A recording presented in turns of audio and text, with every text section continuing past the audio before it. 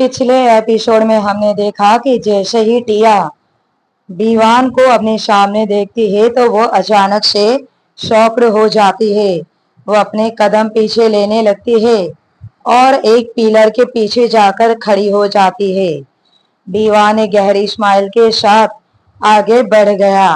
टिया अभी भी वहां इसी तरह खड़ी थी और इधर सभी गार्ड्स अब अंदर की तरफ जा रहे थे। मैनेजर टिया को आसपास ढूंढ रहा था, लेकिन टिया उसे कहीं दिखाई नहीं दे रही थी।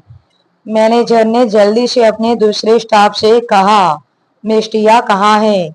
उन्होंने तो कहा था कि वो यहाँ का सारा काम संभाल लेंगे, लेकिन जब मिस्टर बीवान यहाँ पहुंचे तो वो खुद ही कहीं गायब हो गए। अब हम ये सब कैसे करेंगे? बहुत बड़ी इंसल्ट हो जाएगी हमारी, और अगर हमसे कोई गलती हो गई तो मिस्टर दीवान गलती से भी हमसे गुस्सा हो गए तो बहुत बड़ी प्रॉब्लम हो जाएगी। उसके जवाब में स्टाफ ने कहा, सर आप फिक्र मत करिए, मैं ये काम संभालती हूँ। आप तब तक मिस टिया को ढूंढिए। ये सुनकर मैनेजर ने अपना सिर हिला दिया। इधर टिया आसपास देखते हुए धीरे से बोली, जरूर मुझे सभी ढूंढ रहे होंगे, कहीं मेरे इस काम की वजह से बॉस मुझसे गुस्सा ना हो जाए।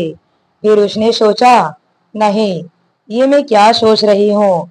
अगर मैं गलती से भी वहां गई और मिस्टर भिवान ने मुझे देख लिया तो इन 3 महीनों में मैंने उनसे छुपने के लिए जितने भी मेहनत किए हैं वो सब पल भर में बर्बाद हो जाएगी। मैं उस इंसान के सामने जाना भी नहीं चाहती। उसके लिए फिर चाहे मुझे यहीं छुपकर क्यों ना रहना पड़े। अभी वो ये सब कुछ सोच ही रही थी कि तभी पीछे से आवाज आई, मिस टिया आप यहाँ क्या कर रही हैं? आपको मैनेजर सर इनॉग्रेशन रूम में बुला रहे हैं। ये सुनकर टिया चौंक गई। वो तुरंत पीछे मुड़कर देखने लगी, जहां इस वक्त एक स्टाफ खड़ी थी। उसे देखकर टिया ने हिचकिचाते हुए कहा, एक्चुअली मैं अभी वहां नहीं जा सकती। ये सुनकर वो स्टाफ टिया को देखते हुए बोला, मिस टिया ये आप क्या कह रही हैं? आप तो काफी डेडिकेट है अपने काम के लिए, फिर आप इस काम से कैसे पीछे हट सकती है? देखिए मुझे पता है कि मिस्टर दीवान खुराना बहुत ही गुस्से वाले इंसान है और वो अपने आगे किसी को भी कुछ नहीं समझते, लेकिन आप इस एनजीओ की काफी होनहार और निडर एम्प्लॉय है। आप मिस्टर विवान खुराना का अच्छे से सामना कर लेंगे। प्लीज जल्दी से जल्द वहां जाइए। यह सुनकर टिया घबराने लगी। वो कुछ बहाना सोचने लगी। तभी उसके दिमाग में कुछ आया। उसने झट से कहा, एक्चुअली मेरी तबीयत ठीक नहीं है और मुझे इस वक्त बुखार भी आ रहा है। मैं ठीक से चल भी नहीं पा रही हूँ। मुझे इसी वक्त घर जाना होगा। सो प्लीज आप ये काम किसी तरह संभाल लीजिए, मुझे जाने दीजिए। ये सुनकर वो स्टाफ टिया को ऊपर से नीचे तक देखते हुए हैरानी के साथ बोली, मैडम आपको देखकर तो नहीं लगता कि आपकी तबीयत खराब होगी, लेकिन फिर भी आप जाना चाहती हैं तो जा सकते हैं। मैं मैनेजर सर से बात कर लूंगी। ये सुनकर टिया को कुछ चैन मिला और वो जल्दी से अपना सिर हिलाते हुए वहां से चली गई। इधर इनॉग्रेशन पूरा हुआ। विवान अभी भी चारों तरफ अपनी नजरें घुमा रहा था। तभी मिस्टर वर्मा ने कहा, सर क्या हुआ? क्या आप किसी को ढूंढ रहे हैं? विवान अपने डार्क शर्ट से उतारते हुए गहरी आवाज में बोला, जो पहले ही मुझे मिल चुकी है उसे क्या ढूंढना? ये सुनकर मिस्टर वर्मा को कुछ समझ नहीं आया। वो ना समझी में बोले, बॉस आप क्या कह रहे हैं? मैं कुछ समझ नहीं पाया। मिस्टर वर्मा की बात को इग्नोर करते हुए दीवान बाहर की तरफ बढ़ते हुए बोला, तुम समझोगे भी नहीं। ये कहकर वो बाहर की तरफ बढ़ गया और वहीं मिस्टर वर्मा ने नासमझी में अपना सिर हिला दिया। अगले दिन शिमला के ही एक होटल रूम में सोफे पर विवान लीन होकर बैठा हुआ था। उसके हाथों में लैपटॉप था। वो काफी सीरियस होकर काम कर रहा था। तभी मिस्टर वर्मा कॉफी का मग लेकर आए और विवान की तरफ बढ़ाते हुए धीरे से बोले, बॉस, यहाँ का इनॉग्रेशन प्रोग्राम कंप्लीट हो चुका है और कल होटल में आपकी वो डील भी फाइनल हो जाएगी।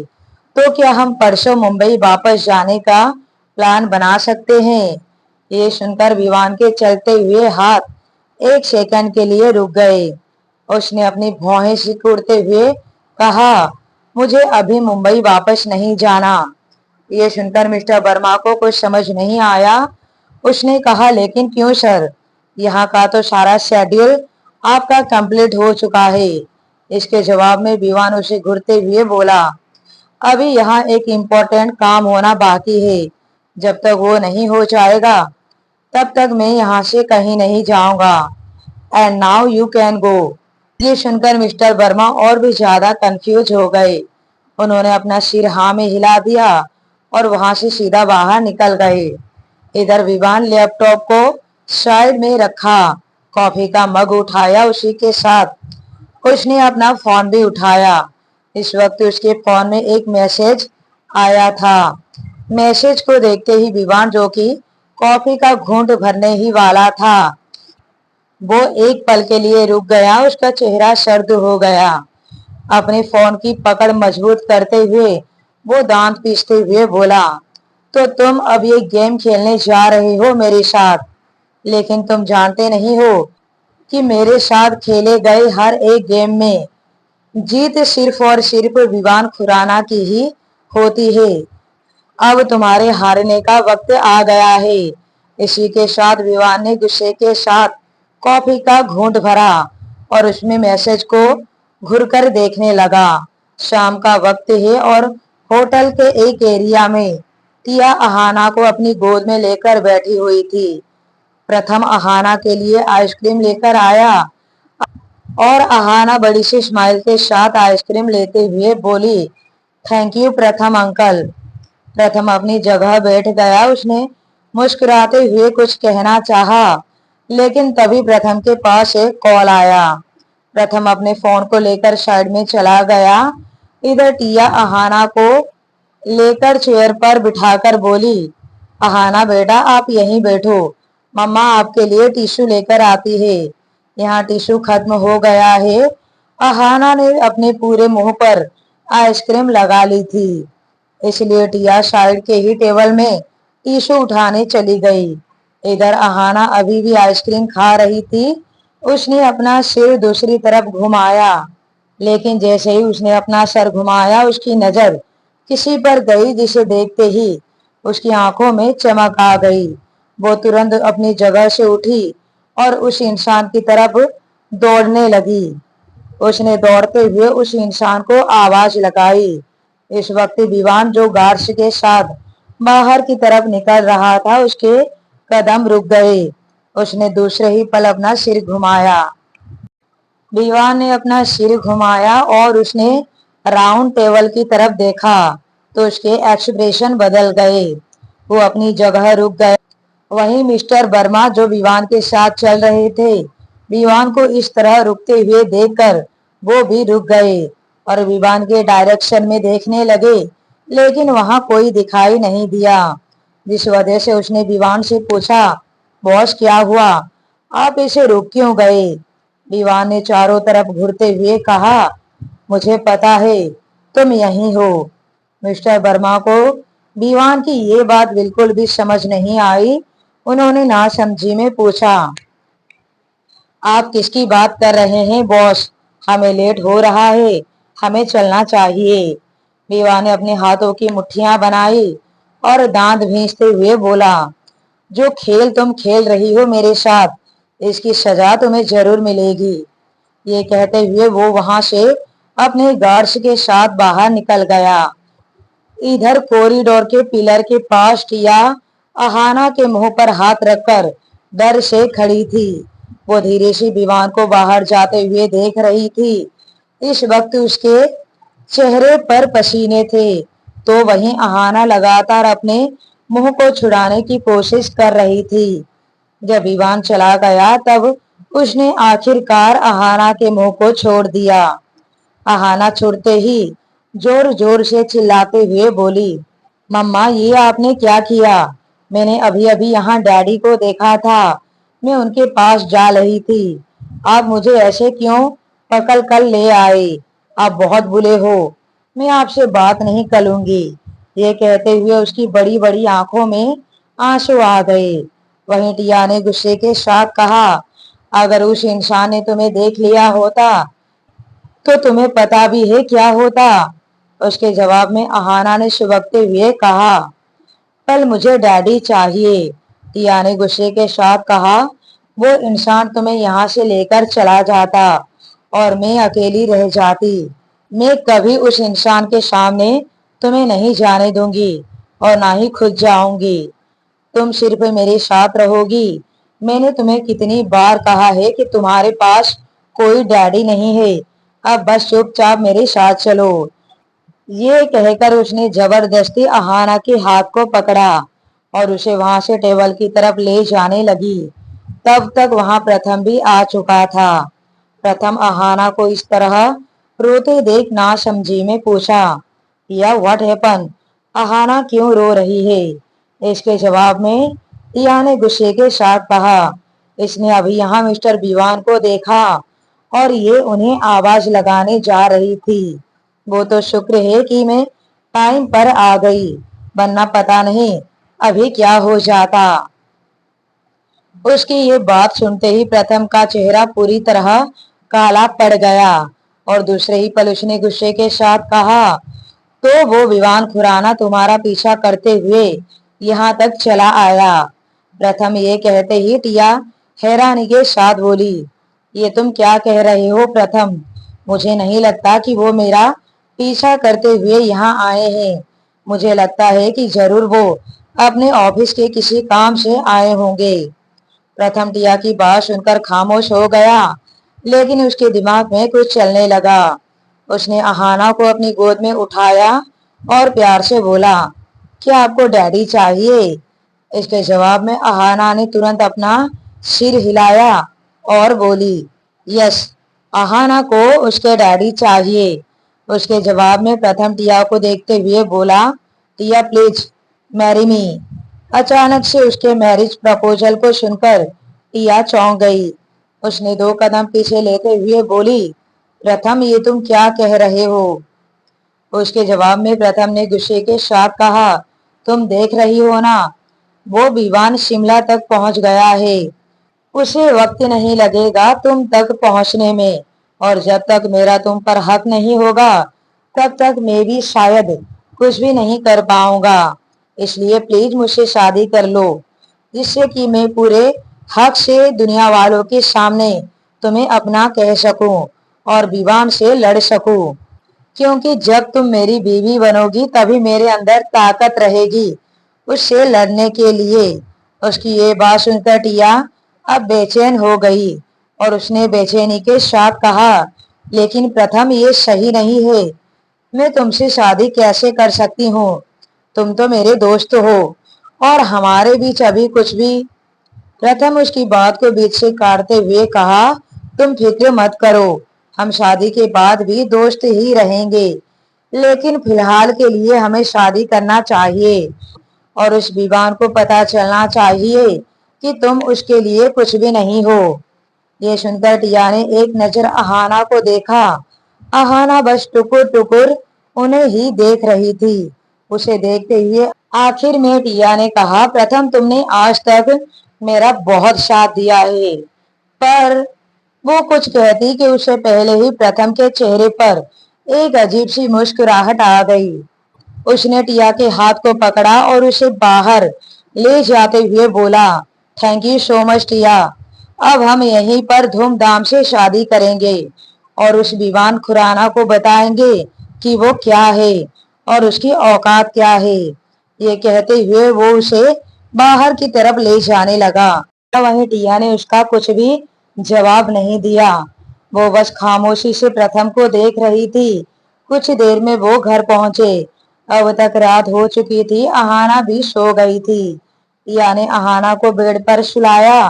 वो उड़कर बालकनी की तरफ बढ़ गई। चारों तरफ घना अंधेरा था। टिया खुद को खुद की बाहों में समेटते हुए बोली, मुझे नहीं पता था कि मेरी किस्मत इस तरह इस मोड़ पर लाकर मुझे खड़ा कर देगी। इस इंसान से मुझे प्यार था, वही धोखेबाज निकला।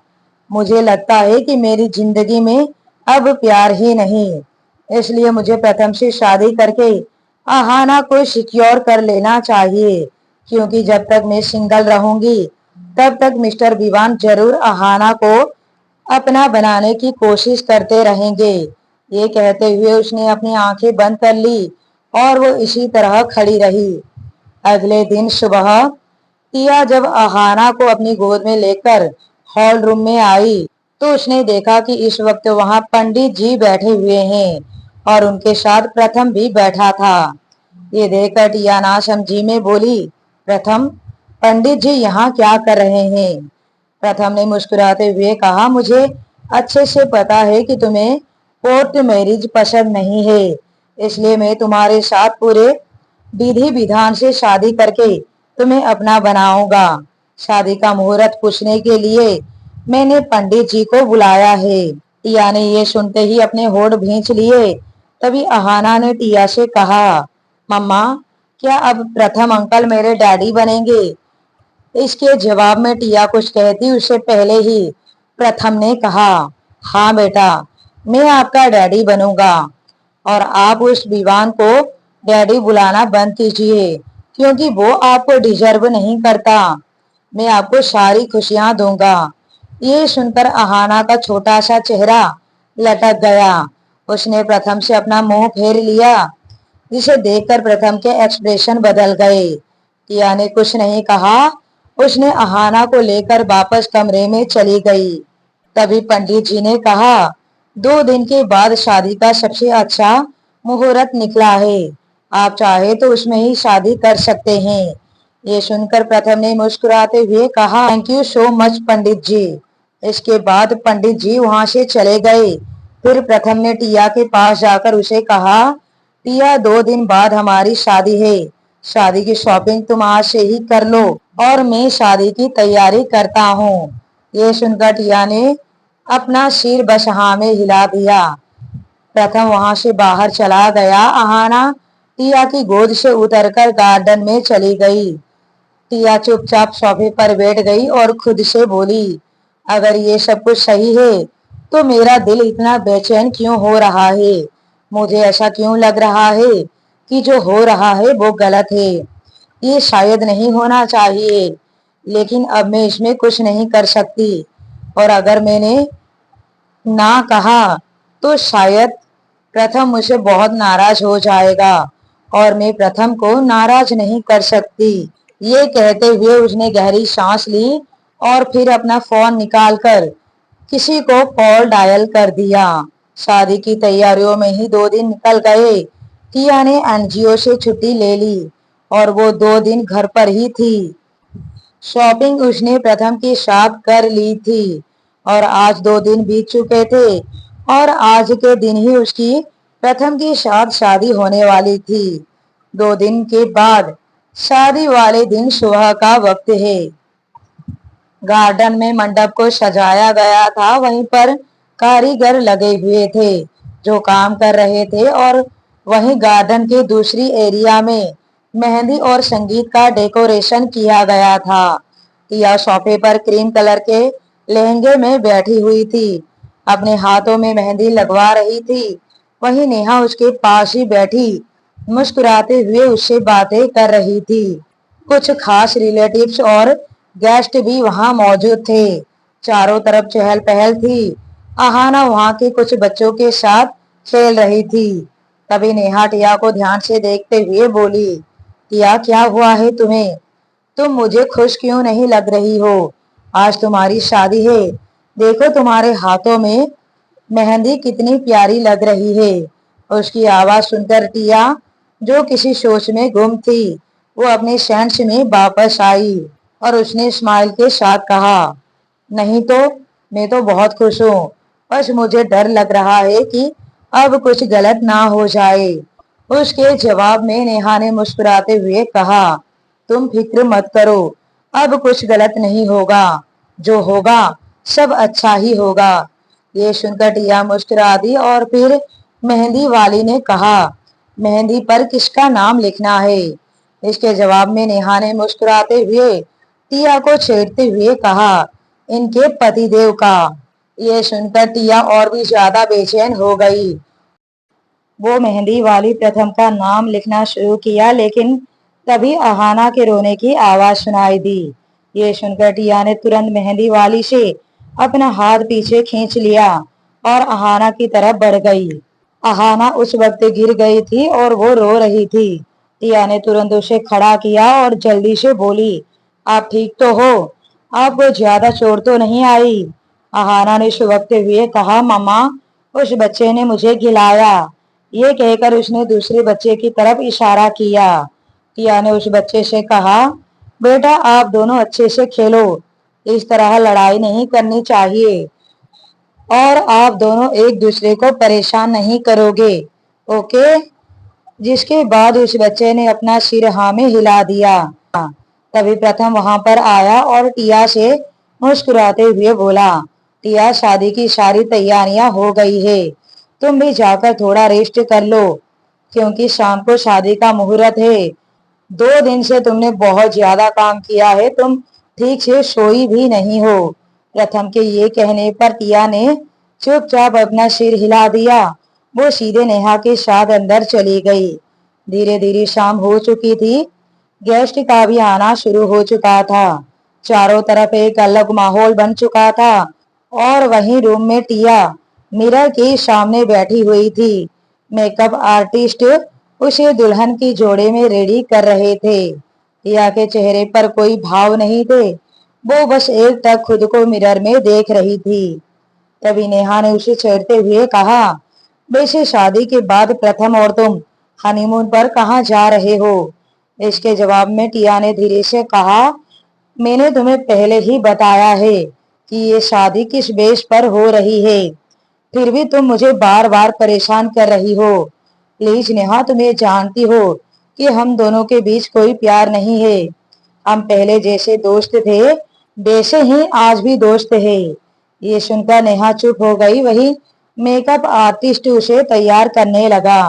रात के 8 बज चुके थे। मंडप में पंडित जी हवन कुंड में लकड़ियां डाल रहे थे और प्रथम मंडप में हवन कुंड के सामने क्रीम कलर के शेरवानी में अपने सिर पर सेहरा लगाकर बैठा हुआ था।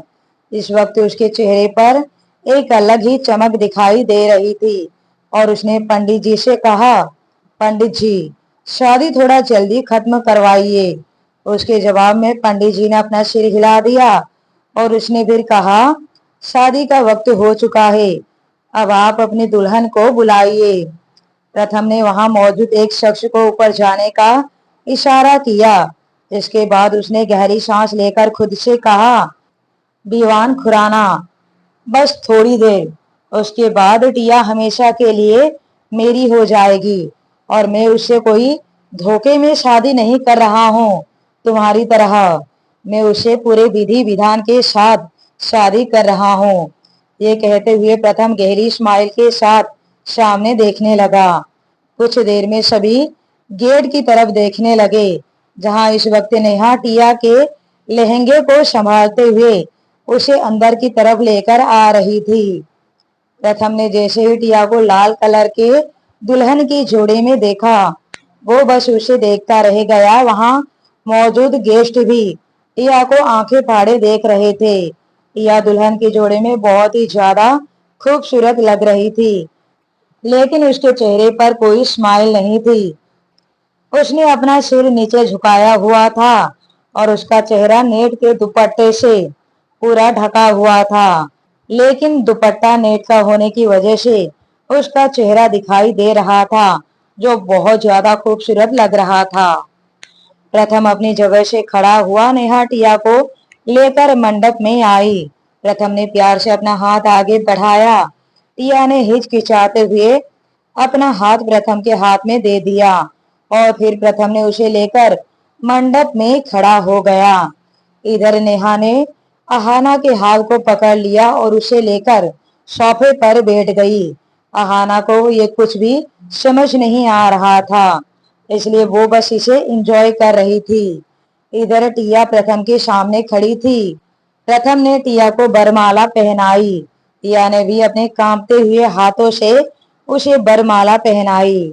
इसके बाद पंडित जी ने मंत्र पढ़ना शुरू किया। टिया प्रथम के साथ मंडप में बैठ गई। उसने अपने हाथों की मुट्ठियां कसकर बना रखी थी। वो लगातार अपने होठों को काट रही थी। उसे एक घुटन और उलझन महसूस होने लगी, लेकिन तभी प्रथम ने उसके हाथ को पकड़ लिया। ये देखकर टिया न चाहते हुए भी शांति से बैठी रही। कुछ देर इसी तरह बीत गया। फिर पंडित जी ने कहा, फेरों के लिए खड़े हो जाइए। फेरों का नाम सुनते ही टिया के पैर कांपने लगे, लेकिन प्रथम ने उसके हाथ को कसकर पकड़ उसे खड़ा किया। अब वो फेरे लेने लगे। सभी उनके ऊपर फूल डाल रहे थे। टिया चुपचाप उसके साथ फेरे लेने लगी, लेकिन जब छठा फेरा आया, तभी वहां चारों तरफ गार्ड्स आ गए और गेट से एक बेहद डरावनी और सर्द आवाज आई, अभी के अभी ये शादी रोक दो, वरना इस खुशी के माहौल में मातम का माहौल छा जाएगा।